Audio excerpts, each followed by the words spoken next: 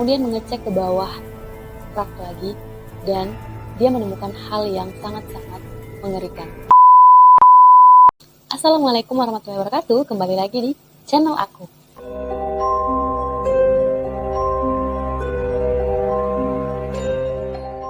Di video kali ini aku akan membahas sebuah kasus pembunuhan yang sangat tragis yang menimpa sepasang suami istri yang sudah tua, di mana pembunuhan ini dinamakan dengan The Icebox Murders. Peristiwa ini terjadi di sebuah perumahan kecil yang bernama Montrose yang berada di Houston, Texas pada tahun 1965. Di perumahan tersebut tinggal sepasang suami istri yang bernama Fred Rogers dan Edwina Rogers, dan anak mereka yang bernama Charles Rogers. Frederick Christopher Rogers lahir pada tanggal 19 Januari 1984, sedang istrinya yang bernama Edwina Eva Harmon lahir pada tanggal 8 Oktober 1894. Pada tahun 1965, Fred berusia 81 tahun, kemudian istrinya berusia 73 tahun. Mereka menjalani kehidupan yang normal, di mana mereka terlihat bahagia dan hidup bersama hingga menua. Seperti pasangan lainnya, mereka mencapai semua mimpinya. Mereka hidup dengan bahagia bersama-sama. Pasangan ini telah menikah selama 50 tahun dan menghabiskan masa hidupnya berdua bersama. Sebelum lanjut ke ceritanya, aku ingin memberitahu kepada kalian semua, ini adalah kisah yang lumayan lama yang terjadi pada tahun 1960-an. Jadi aku tidak banyak mendapatkan informasi tentang bagaimana mereka bertemu, kemudian menikah, karena memang informasi mengenai kasus ini itu memang sangat sedikit. Ya, lanjut. Pada saat itu, Fred bekerja sebagai agen real estate, kemudian Edwina sebagai staf penjualanannya. Namun, di balik itu semua, mereka melakukan penipuan, dan juga mereka merupakan pecandu perjudian. Semua itu dilakukan mereka untuk mendapatkan uang yang banyak. Namun tetangga maupun teman-teman Fred dan Edwina ini tidak menyangka dengan latar belakang kehidupan mereka ini. Karena jika dilihat dari kehidupan mereka biasanya, Fred dan Edwina ini seperti menjalani kehidupan yang normal-normal saja. Fred dan Edwina memiliki seorang anak yang bernama Betty, namun sayangnya tidak banyak informasi tentang Betty ini. Anak mereka Betty meninggal pada usia 10 tahun, di mana pada saat itu mereka mengalami kecelakaan mobil, dan Betty lah satu-satunya orang yang meninggal dunia pada saat itu. Sedangkan yang lainnya mengalami luka parah. Selain Betty, mereka juga mempunyai seorang anak lelaki yang bernama Charles Frederick Rogers, yang pada saat itu berusia 21 tahun.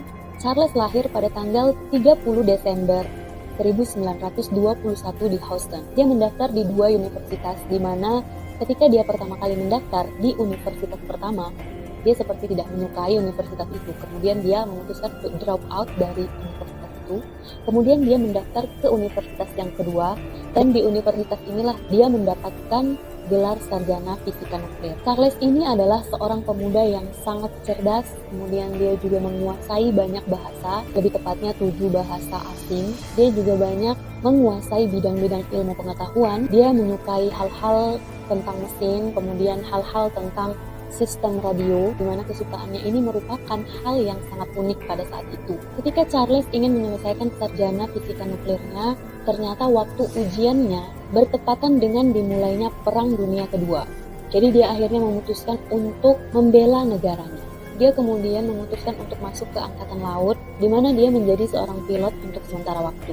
Setelah perang usai, Charles pun kembali kepada kedua orang tuanya, kembali ke Houston, perumahan Montrose tadi, di mana dia bekerja di sebuah perusahaan minyak Shell sebagai seorang seismolog. Seismolog ini adalah orang yang menelaah tentang getaran bumi atau gempa bumi gitu. Dan perusahaan ini masih beroperasi sampai saat ini. Dia bekerja di perusahaan itu selama 9 tahun, kemudian pada tahun 1957 dia keluar tanpa alasan. Padahal pada saat dia bekerja, dia sangat menyukai pekerjaan itu. Dia sangat enjoy, gajinya juga lumayan besar, kinerja si Charles ini juga selama bekerja di perusahaan itu juga selalu bagus. Sebenarnya tidak ada alasan untuk si Charles ini keluar. Namun tiba-tiba dia memutuskan untuk keluar dari perusahaan itu dengan alasan dia tidak ingin lagi mengerjakan pekerjaannya. Jadi secara nggak langsung kayak dia tuh bosan gitu dengan pekerjaannya itu. Padahal pada saat itu dia ini merupakan orang yang dicari-cari banyak perusahaan karena dia ini terkenal dengan orang yang berpengalaman di bidang tersebut. Kemudian dia juga mempunyai pengetahuan tentang bidang seismologi. Jadi banyak perusahaan yang mampu atau yang mau membayarnya dengan harga yang mahal. Namun Charles tidak ingin lagi melakukan pekerjaan itu. Dan akhirnya dia pun keluar dari perusahaan tersebut, memilih menjadi seorang pengangguran yang tinggal dengan kedua orang tuanya. Di waktu luangnya, Charles ini bergabung dengan klub keanggotaan Nirlaba Patroli Udara Sipil, di mana klub ini diperuntukkan untuk orang-orang yang menyukai penerbangan, untuk orang-orang yang menyukai pesawat. Jadi selama hidupnya ini, Charles ini tidak pernah menikah, tidak pernah punya anak.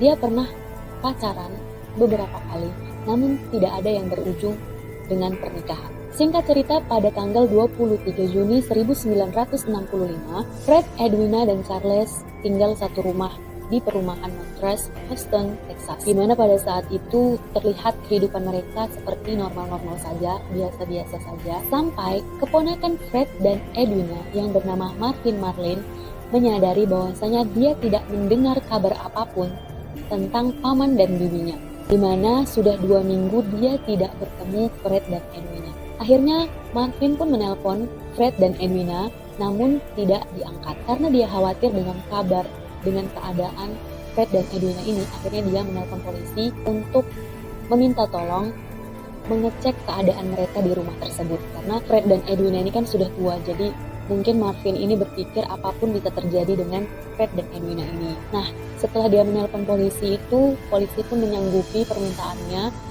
dan mengirim 2 petugas kepolisian ke rumah Fred dan Edwina. Nah, 2 petugas kepolisian tadi pun tiba di rumah Fred dan Edwina ini. Ketika mereka tiba, mereka menemukan sebuah mobil, di mana mobil tersebut adalah milik Charles yang terparkir di depan rumah. Jadi mereka berpikir mungkin aja ada orang di rumah tersebut karena mobil si Charles ini sedang berada di rumah. Mereka pun mengetuk pintu rumah tersebut, namun setelah mereka mengetuk pintu rumah tersebut, tidak ada jawaban, tidak ada orang yang membuka pintu tersebut. Setelah mengetuk pintu, kemudian mereka mengecek jendela, kemudian mengetuknya, namun tetap tidak ada jawaban dari siapapun. Akhirnya mereka mencoba untuk memeriksa jendela, jadi kayak menarik jendelanya gitu, ternyata jendelanya dikunci. Kemudian mereka balik lagi ke pintu untuk mengecek apakah pintu ini dikunci, ternyata juga dikunci. Nah, karena Marvin ini kan menelpon polisi itu kan karena keadaan dari Fred dan Edwina ini, jadi keadaannya mereka sudah tua, jadi polisi pun akhirnya memutuskan untuk mendobrak pintu rumah tersebut. Di samping polisi ini juga penasaran dengan Fred dan Edwina ini. Akhirnya salah satu dari mereka yang bernama Charles Bullock mendobrak pintu rumah Fred dan Edwina. Setelah mereka mendobrak pintu rumah Fred dan Edwina ini, mereka menemukan banyak sekali pot tanaman di belakang pintu rumah tersebut. Jadi kayak potnya itu kayak menghalangi pintunya gitu supaya nggak bisa dibuka gitu loh. Jadi nggak ada orang yang bisa masuk ke dalam rumah tersebut. Namun sampai situ mereka belum menaruh curiga apa. Mereka pun masuk ke dalam rumah, kemudian mereka mengecek keadaan rumah tersebut, di mana rumah itu tidak ada yang aneh, tidak ada yang janggal sama sekali. Rumah itu terlihat sangat bersih, sangat rapi, seperti rumah-rumah kebanyakan. Setelah kedua polisi tersebut masuk ke rumah Fred dan Edwina, mereka pun memanggil pemilik rumah, namun tidak ada yang menjawab, yang artinya rumah itu sedang kosong. Mereka pun mengecek kembali rumah tersebut, jadi satu persatu ruangan mereka cek, dan ada satu yang menarik perhatian polisi tersebut, di mana ada sebuah piring yang terletak di meja dengan makanan yang sepertinya baru saja dihidangkan. Jadi makanannya kayak baru dihidangkan, masih fresh. Jadi mereka berpikir, oh mungkin barusan ini ada nih orang di rumah ini. Setelah itu mereka kembali lagi mengecek rumah itu satu persatu, namun mereka tidak menemukan hal-hal yang janggal di dalam rumah tersebut. Sampai salah satu dari kedua polisi itu pergi ke dapur dan mengecek lemari esnya. Dia membuka lemari es, kemudian membuka tutup freezernya. Dia menemukan tumpukan potongan daging mentah yang berada di dalam plastik. Pada saat itu polisi tersebut berpikir, oh mungkin ini cuman daging babi saja, jadi kayak daging biasa. Nah, tidak berhenti di situ, dia pun mengecek ke bawah kulkas. Jadi kan biasa kalau kulkas itu kan kayak ada rak-raknya gitu kan.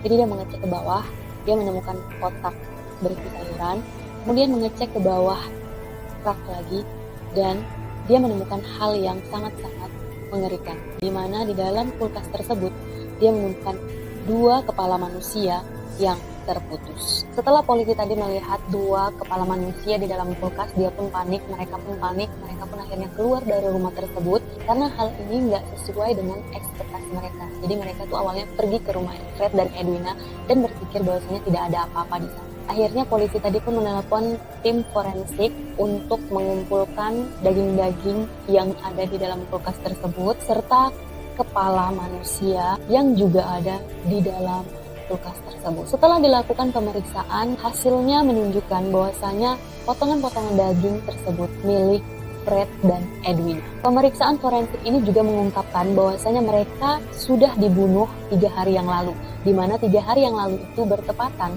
dengan peringatan Hari Ayah. Jadi potongan-potongan tubuh Fred dan Edwina ini sudah ada di dalam kulkas selama 3 hari lamanya.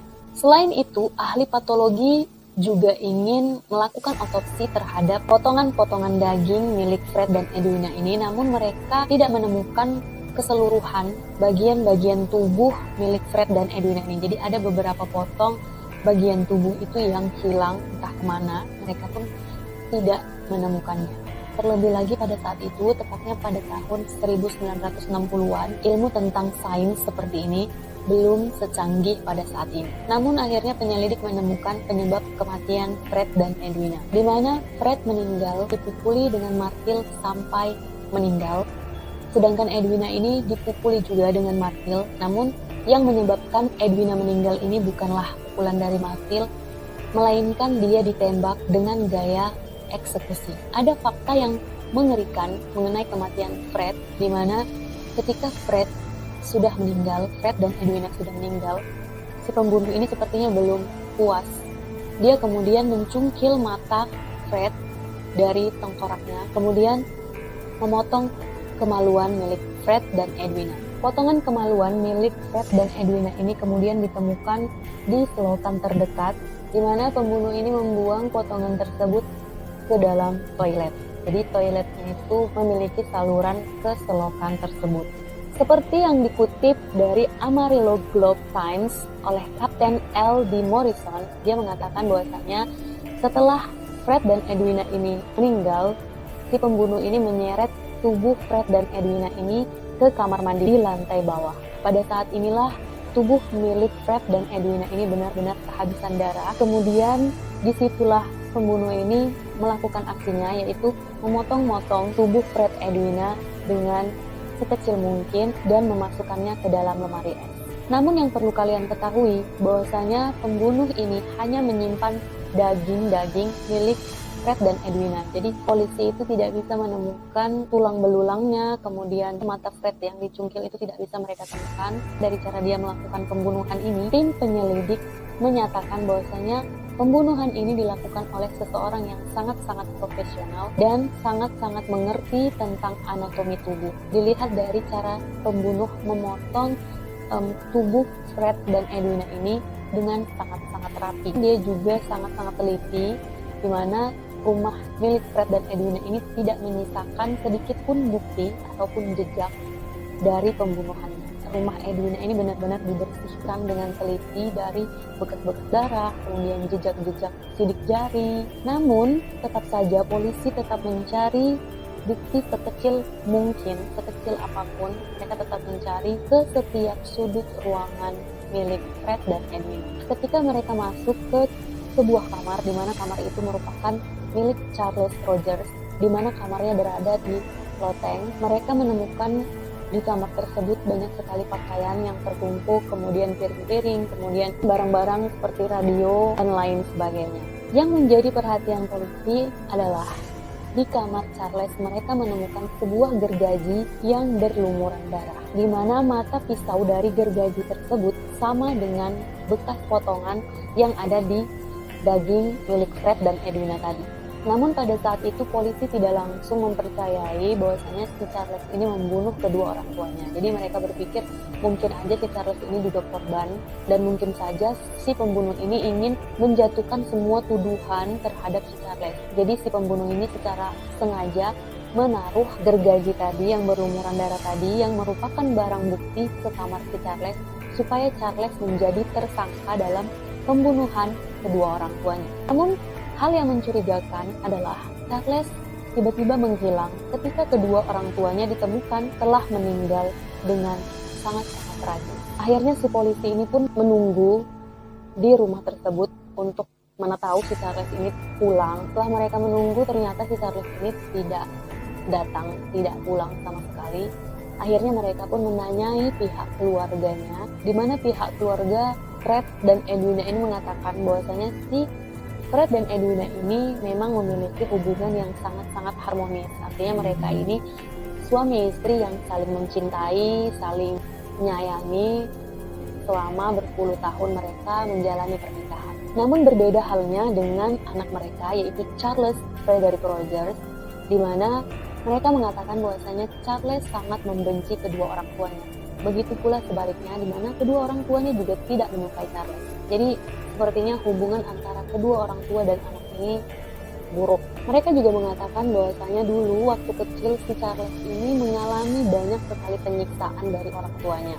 Dan ketika si Charles ini beranjak dewasa pun, dia juga masih mengalami penyiksaan dari kedua orang tuanya. Jadi setelah dewasa, Charles ini seperti dimanfaatkan oleh kedua orang tuanya. Kedua orang tuanya ini pernah sengaja melakukan peminjaman uang di bank dengan mengatasnamakan Charles, di mana tagihan dari pinjaman mereka ini tentunya akan ditagih pada si Charles. Jadi beban tagihannya itu Charles yang membayar. Kemudian juga ternyata rumah yang mereka tinggali di perumahan Mantras tersebut sebenarnya itu adalah milik Charles. Pada saat pembunuhan ini terjadi, Charles ini berusia 43 tahun, di mana dia tinggal bersama dengan kedua orang tuanya, menjadi pengangguran setelah dia keluar dari perusahaan besar. Namun ternyata tetangganya tidak pernah melihat Charles tinggal di rumah tersebut. Jadi nggak ada tuh tetangganya yang tahu si Charles ini tinggal bersama kedua orang tuanya di rumah tersebut. Dan ternyata terungkaplah fakta bahwasanya selama si Charles itu tinggal bersama kedua orang tuanya di rumah tersebut, dia itu selalu pergi pagi-pagi buta di mana orang masih tertidur. Kemudian dia akan balik lagi ke rumah tersebut pada malam hari di mana semua orang sudah terlelap. Pantesan aja tetangganya ini nggak pernah melihat Charles. Charles ini juga nggak pernah berbaur. Charles ini juga nggak pernah keluar-keluar. Selainnya itu tadi pagi-pagi buta, kemudian pulang malam-malam hari. Dan ternyata cara si Charles ini berkomunikasi dengan kedua orang tuanya juga terbilang aneh atau unik, di mana dia akan menuliskan catatan di sebuah kertas, kemudian dia akan menyelipkan ke bawah pintu untuk berkomunikasi kepada kedua orang tuanya. Jadi kayak nggak normal aja gitu. Biasanya kalau kita berbicara kepada kedua orang tua kita berkomunikasi pasti langsung dong tatap muka. Tapi berbeda dengan si Charles ini. Karena dia banyak mengalami penyiksaan, jadi mungkin dia ini kayak menjaga jarak antara dia dengan orang tuanya. Hal ini terungkap dari penemuan polisi, di mana polisi banyak menemukan catatan-catatan di dalam kamar milik Charles tadi. Jika dilihat dari cara pembunuh membunuh Fred dan Edwina, polisi berasumsi bahwasanya si pembunuh ini mempunyai hubungan personal dengan Fred dan Edwina. Karena dari cara dia membunuh Fred dan Edwina ini terlihat sangat-sangat emosional, sangat-sangat marah. Makanya si pembunuh ini membunuh dengan cara yang sangat brutal seperti ini. Terlebih lagi ini dilakukan di dalam rumah milik Fred dan Edwina, di mana kalau memang orang lain yang membunuh atau pembunuh berantai yang membunuh Fred dan Edwina ini, dia pasti akan menculik Fred dan Edwina, kemudian dia akan membawa ke tempatnya, di mana di tempatnya itulah Fred dan Edwina ini akan dieksekusi. Namun ini berbeda. Si Fred dan Edwina ini dibunuh di dalam rumahnya sendiri, kemudian dipotong-potong, dimutilasi, dimasukkan ke dalam kulkas. Kalau memang pembunuhnya pembunuh berantai, otomatis dia akan menghilangkan jejak, menghilangkan mayat-mayat milik Fred dan Edwina ini. Pada akhirnya pun polisi menjatuhkan tuduhan kepada Charles Rogers. Dia merupakan tersangka utama dalam kasus pembunuhan Fred dan Edwina ini, karena semua petunjuk itu mengarah kepada Charles Rogers. Dia ini juga tiba-tiba menghilang begitu saja setelah kematian Fred dan Edwina. Dan akhirnya polisi pun melakukan pencarian besar-besaran terhadap Charles Rogers. Namun mereka mengalami kendala dalam pencarian Charles Rogers, di mana Charles Rogers ini kan udah nggak kerja, udah nggak terdaftar di perusahaan manapun. Jadi polisi ini kesusahan nyari si Charles Rogers ini di mana. Kemudian dia juga nggak pernah terlihat berteman, jadi nggak ada temannya sama sekali. Satu-satunya petunjuk adalah Charles pernah mengikuti sebuah patroli udara di mana dia pernah menjadi pilot. Jadi polisi ini mengirim pesan ke penerbangan dan menanyakan apakah ada Charles melakukan penerbangan. Karena basically ini kan si Charles ini kan jago menerbangkan helikopter, menerbangkan pesawat. Jadi polisi mikir, oh mungkin si Charles ini terbang dengan menggunakan helikopter untuk melarikan diri. Namun akhirnya pihak penerbangan mengkonfirmasi bahwasanya Charles tidak pernah datang ke sana. Polisi pun membuat pengumuman supaya Charles ini kembali kemudian menyerahkan dirinya dan menghimbau kepada masyarakat apabila ada yang menemukan Charles atau mengetahui di mana Charles berada, segera untuk melaporkan kepada polisi. Jadi ditunggulah tuh si Charles berhari-hari, berbulan-bulan, bertahun-tahun lamanya. Namun Charles tidak pernah datang, tidak pernah menyerahkan diri, dan anehnya masyarakat juga tidak pernah ada yang tahu di mana Charles berada. Jadi Charles ini kayak menghilang ditelan bumi, menghilang begitu saja. Padahal dia adalah tersangka utama dalam kasus pembunuhan ini. Dia tidak pernah kembali ke rumahnya, di mana rumahnya itu merupakan milik Charles Rogers. Dia juga tidak pernah mengambil mobilnya, dia juga tidak pernah mengambil uangnya yang ditabung di bank. Pokoknya semua hartanya dia tidak pernah menggunakannya. Bahkan dia juga tidak pernah menelpon keluarganya, menelpon teman-temannya, karena memang mungkin dia juga nggak pernah punya teman. Jadi di sini polisi ini merasa penasaran, merasa curiga, di mana sih Charles ini berada? Kenapa dia bisa menghilang begitu saja tanpa ada jejak sama sekali? Singkat cerita, pada tahun 1972 akhirnya kediaman milik Fred dan Edwina, di mana rumah tersebut sebenarnya milik Charles, ini dihancurkan. Kemudian 28 tahun kemudian, tepatnya pada tahun 2000, dibangunlah sebuah apartemen di atas tanah milik Charles Rogers. Nah, kenapa nih bisa dibangun sebuah apartemen? Jadi pada tahun 1975, karena belum ada kabar tentang si Charles ini, padahal sudah 10 tahun lamanya, akhirnya pengadilan memutuskan bahwasanya Charles telah meninggal dunia secara hukum. Maka semua kepunyaannya, jadi baik itu mobil, rumah, kemudian tabungan, pokoknya hartanya semua ini diserahkan kepada negara. Kisah ini tidak hanya berujung sampai situ saja. Jadi menariknya kisah ini memunculkan teori-teori baru, di mana ada sebuah buku yang berjudul The Icebox Murders yang ditulis oleh pensiunan akuntan forensik, jadi kayak mantan tim forensik, yang bernama Hugh Gardenier dan istrinya bernama Martha Gardenier. Mereka sudah meneliti kasus ini selama bertahun-tahun. Mereka juga sudah research, kemudian mengumpulkan data-data yang bisa mereka dapatkan. Di dalam buku ini mereka berteori bahwasanya pembunuh Fred dan Edwina adalah Charles Rogers, di mana sebenarnya Charles Rogers ini sudah merencanakan pembunuhan ini bertahun-tahun lamanya. Namun sebelum melakukan pembunuhan, dia melakukan persiapan-persiapan yang dapat membebaskannya dari kasus hukum, di mana dia mencari cara dulu untuk dapat terbang, kemudian mencari koneksi yang cukup kuat untuk dapat menghilang begitu saja. Penulis buku ini juga percaya bahwasanya Charles Rogers ini mempunyai koneksi yang cukup kuat di CIA. Jadi CIA itu kayak badan intelijen milik Amerika Serikat atau semacamnya, yang dapat membantu untuk menghilang dan akhirnya tidak dapat ditemukan lagi. Di mana mungkin saja di suatu tempat si Charles ini sudah membuka lembaran hidup yang baru dengan identitasnya yang baru pula.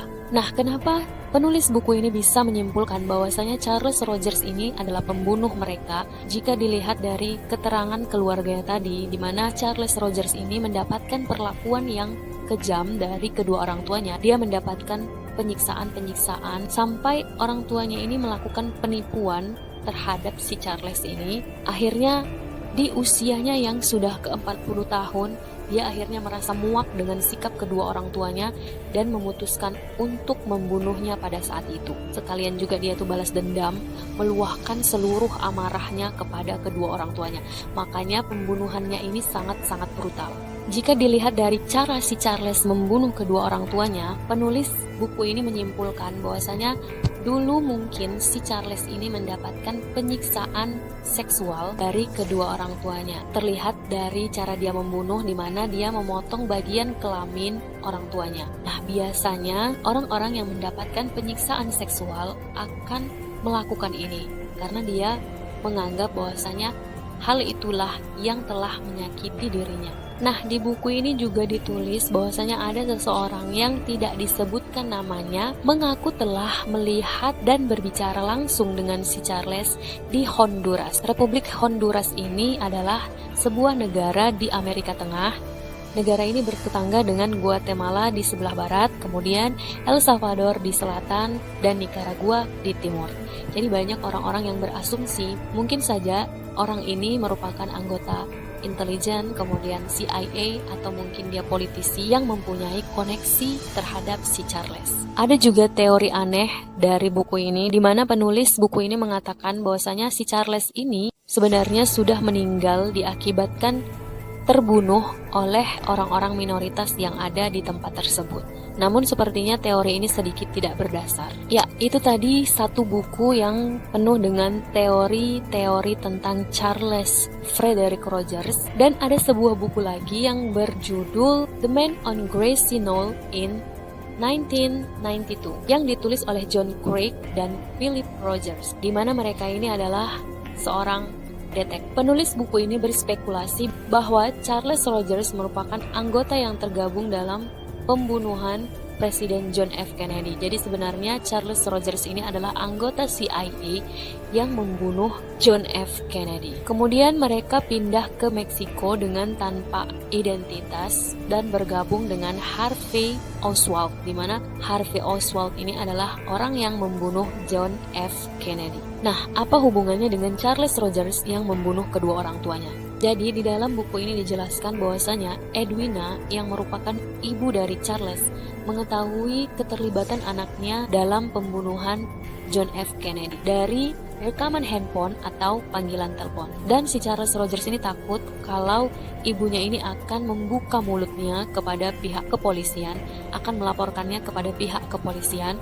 Akhirnya dia pun memutuskan untuk menghabisi nyawa kedua orang tuanya dengan cara yang sangat-sangat brutal. Teori ini belum jelas kebenarannya karena mereka mengatakan bahwa ada 3 gelandangan yang terlibat dalam kasus pembunuhan John F. Kennedy, di mana ketiga gelandangan ini tidak memiliki identitas dan tidak pernah ada yang tahu siapa sebenarnya mereka ini. Nah, penulis buku ini percaya bahwasanya salah satu dari 3 gelandangan tersebut adalah Charles Frederick Rogers. Namun setelah dikonfirmasi dari pihak keluarga Charles, mereka mengatakan bahwasanya orang yang di dalam foto tersebut bukanlah Charles Rogers. Jadi secara langsung teori yang dituliskan dalam buku ini terbantahkan. Menurut penulis buku ini juga, Charles ini melarikan diri ke Guatemala, di mana di sanalah dia kemungkinan meninggal dunia diakibatkan usianya yang sudah tua. Jadi kisah ini ditutup dengan